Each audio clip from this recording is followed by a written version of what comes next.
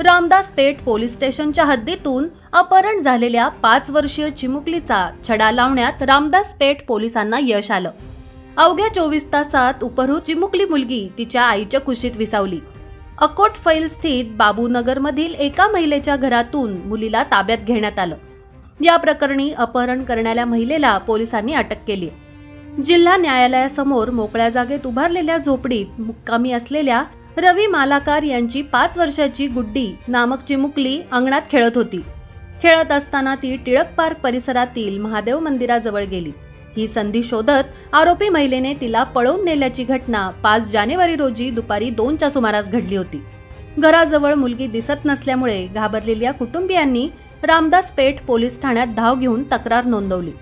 या प्रकरणी रवी मालाकार यांनी दिलेल्या तक्रारीवरून पोलिसांनी भारतीय दंडविधानाच्या कलम 363 अन्वये गुन्हा दाखल केला।